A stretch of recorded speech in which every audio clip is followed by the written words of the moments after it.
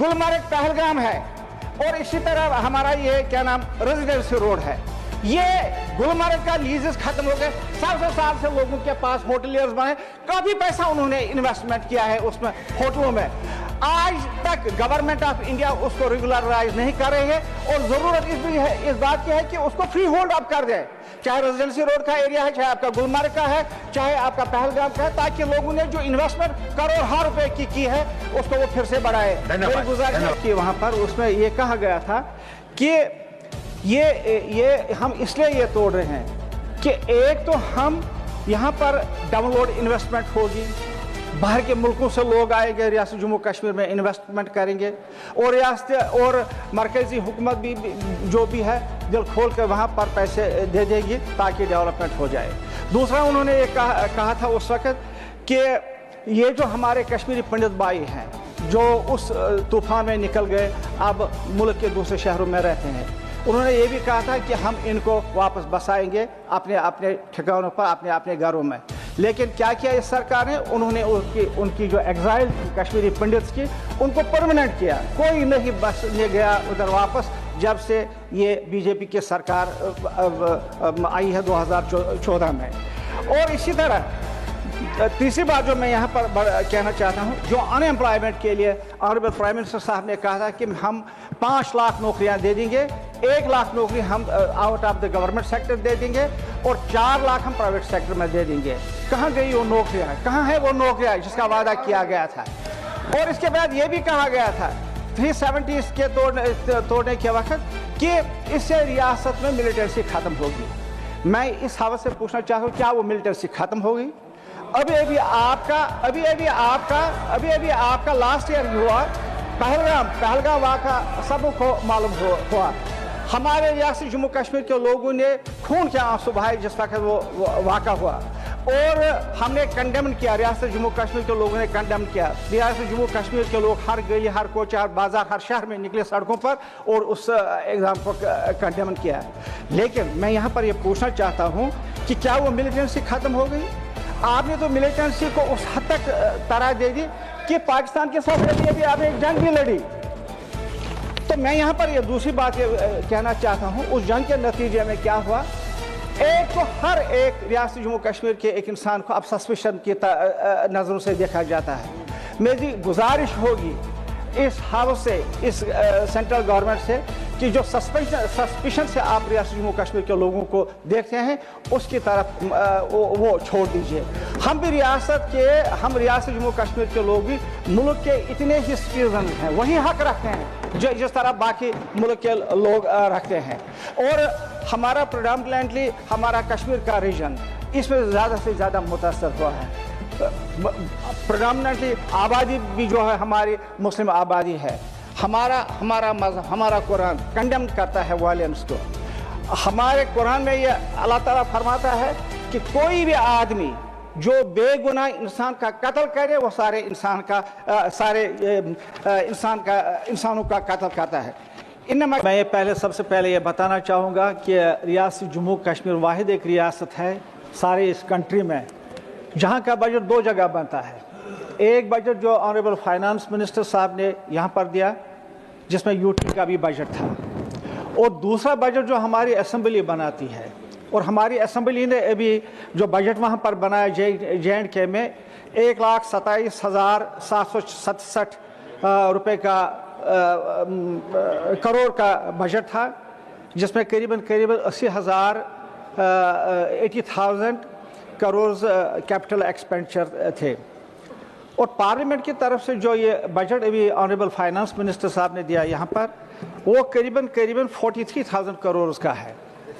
मैं पूछना चाहता हूँ यहाँ पर ऑनरेबल फाइनेंस मिनिस्टर से, जो बदकिस्मती से यहाँ पर है भी नहीं, इनसे ये पूछना चाहता हूँ, लास्ट ईयर भी हमारा ये जो यूटी का बजट था सेंट्रल गवर्नमेंट ने 43,000 करोड़ रखा था। क्या वजह है कि इस साल भी इसको उसी पर रखा गया, जबकि बाकी स्टेट्स में करीबन 12, 13, 14, 18, 19, 20% तक बढ़ा दिया है एलोकेशन। लेकिन रियासत जम्मू कश्मीर का जो बजट इस पार्लियामेंट से बना, जो फाइनेंस मिनिस्टर साहब ने दिया, वही रखा गया जो लास्ट ईयर था। हालांकि सब ये जानते हैं कि महंगाई ने आम लोगों का कमर तोड़ दिया है।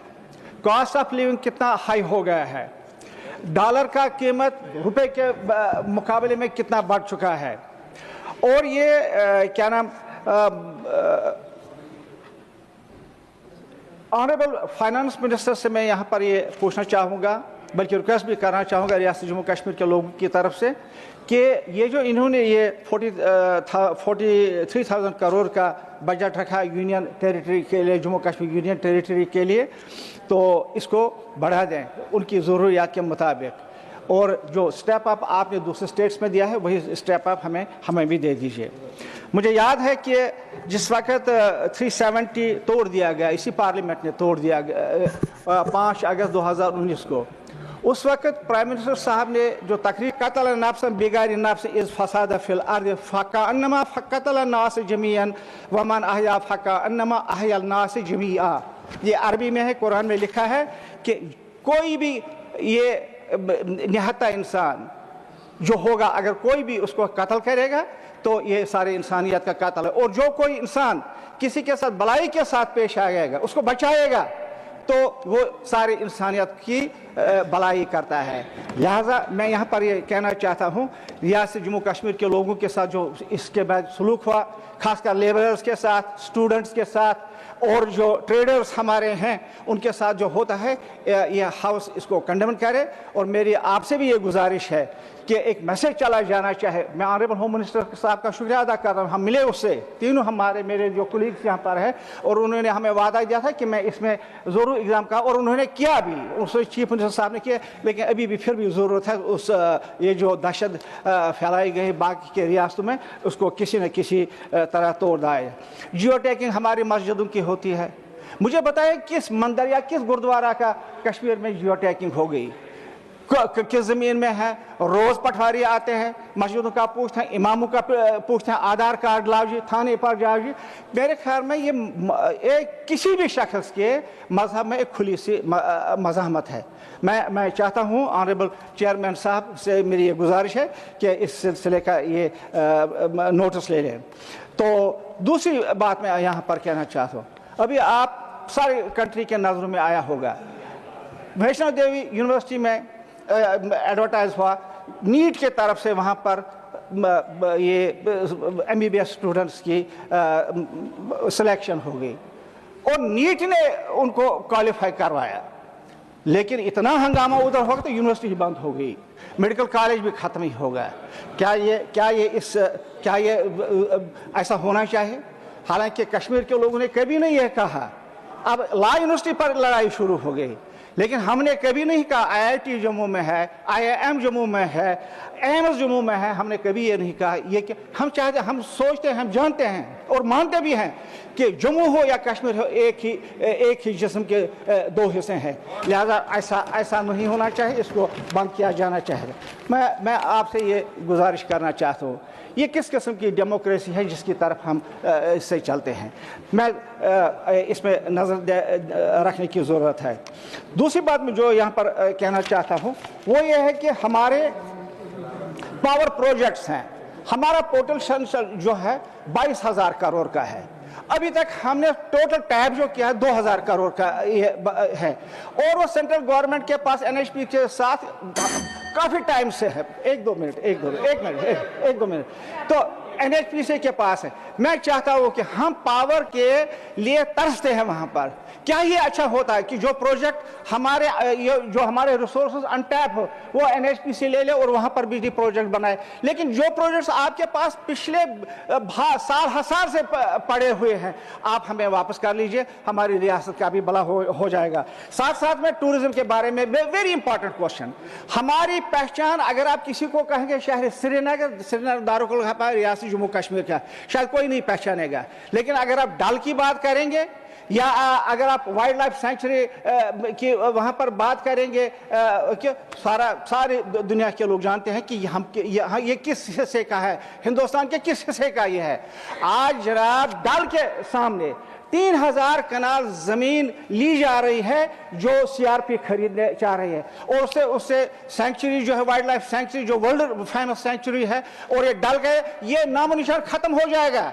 मैं आपसे इंटरवेंशन चाहता हूं, इसके लिए आप मेहरबानी करके इसके लिए आप वाज़ेह हिदायत दे दें। और साथ में बस concluding sir, I am concluding आपको एक्स्ट्रा टाइम दिया गया sir, I am concluding just conclude sir मैं यहाँ पर कहना चाहता हूँ, गुलमर्ग है,